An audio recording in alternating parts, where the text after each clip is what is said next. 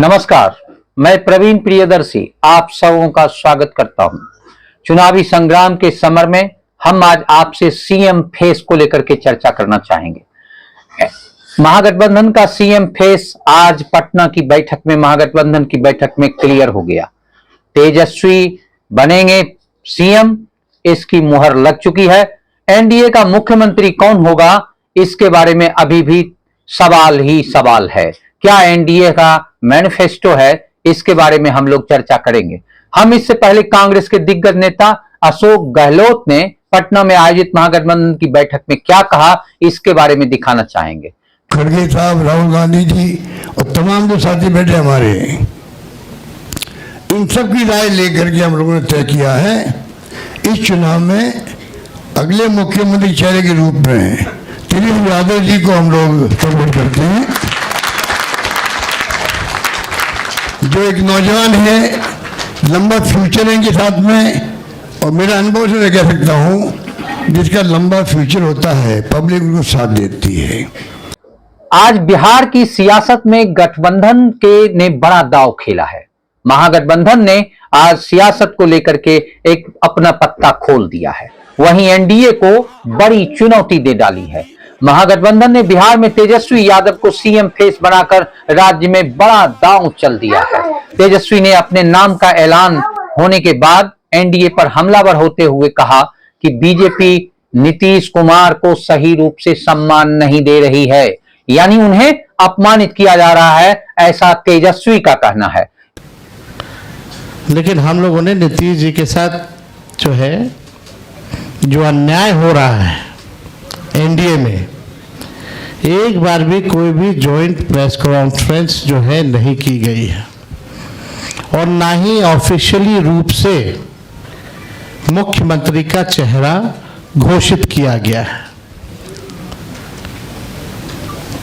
तो हम लोग तो शुरू दिन से ही कह रहे थे कि भाजपा के लोग नीतीश जी को दोबारा मुख्यमंत्री नहीं बनाएंगे, और इस पे और किसी ने मुहर नहीं लगाया है, बल्कि अमित शाह जी ने एक बार नहीं कई बार इस बात को बोला है कि विधायक दल की जो संख्या होगी वो तय करेगा।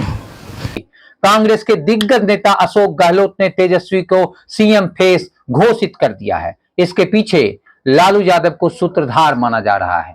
कुछ विशेषज्ञों का कहना है कि लालू यादव ने ऐसी बिसात बिछाई कि कांग्रेस को घुटने टेकने पड़े। जो भी हो, लेकिन महागठबंधन ने अपना सीएम फेस क्लियर कर दिया है।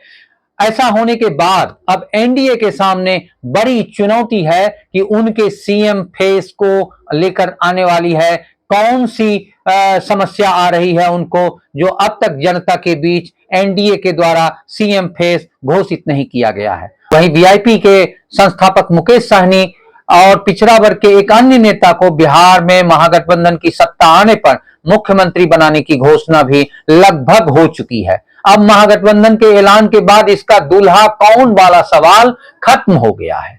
एनडीए खेमे को जवाब तो मिला ही, साथ ही एक चुनौती भी सामने खड़ी हो गई है कि आखिर एनडीए खेमे में सीएम फेस कौन होंगे।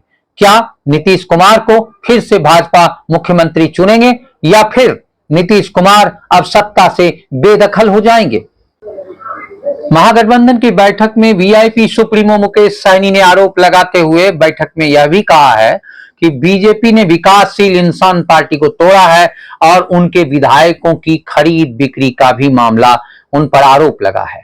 तभी मुकेश सहनी कहते हैं, बैठक में कह रहे थे कि हमने कसम खाई थी कि जब तक इस पार्टी को तोड़ेंगे नहीं तब तक छोड़ेंगे नहीं। आज ये समय बेसब्री से 3.5 साल से मैं इंतजार कर रहा था, वो घड़ी आ चुकी है।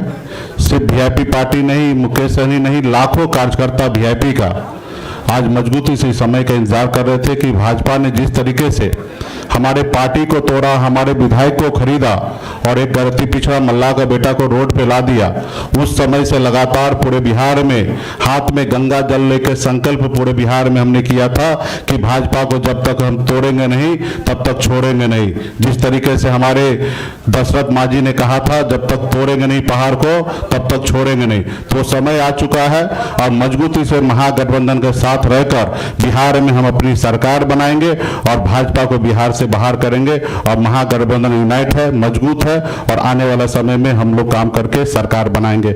बता दें कि मुकेश सहनी की पार्टी 15 सीटों पर चुनाव लड़ रही है, लेकिन 2 सीटों पर आरजेडी के उम्मीदवार भी आमने सामने हैं। तेजस्वी का सीएम फेस घोषित करने की कवायद लंबे समय से चल रही थी। कांग्रेस शुरुआत में तेजस्वी के चेहरे से दूरी बनाने की कोशिश कर रही थी, ऐसा लोगों का कहना है, लेकिन बाद में कांग्रेस भी रुख में नरमी ले आई थी।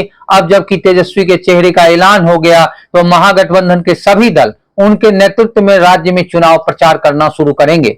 आरजेडी के कोर वोटर मुस्लिम और यादव के साथ साथ इस बार तेजस्वी ने कुशवाहा और सवर्ण कार्ड भी खेला है। सवर्ण कार्ड और कुशवाहा इस लिहाज से आप देखेंगे कि उनके जो घोषणा है उस घोषणा पत्र में इस तरह की चीजों को ज्यादा अहमियत दी गई है। अगर इस बार बिहार में उनका दांव सफल रहा तो एनडीए के सामने बहुत बड़ी मुश्किल खड़ी हो जाएगी और पीएम मोदी बिहार के बेगूसराय में आ रहे हैं। हो सकता है कि कल एनडीए भी अपना सीएम फेस का पत्ता खोले। हालांकि गृहमंत्री ने साफ तौर पर कहा, अमित शाह कई बार कह चुके हैं कि हम सब नीतीश कुमार के नेतृत्व में चुनाव लड़ रहे हैं। जिस दल का अधिक विधायक होगा उसी दल के मुख्यमंत्री बनाने की बात की जा रही है। जबकि पिछले 2 दशक से मुख्यमंत्री का चेहरा नीतीश कुमार पहले से तय थे, लेकिन इस बार भाजपा बदलाव के मूड में है और हो सकता है कि नीतीश कुमार को इस बार सत्ता से बेदखल कर दिया जाए। इस तरह का वीडियो देखने के लिए आप चैनल को सब्सक्राइब करें, वीडियो को शेयर और लाइक अवश्य करें।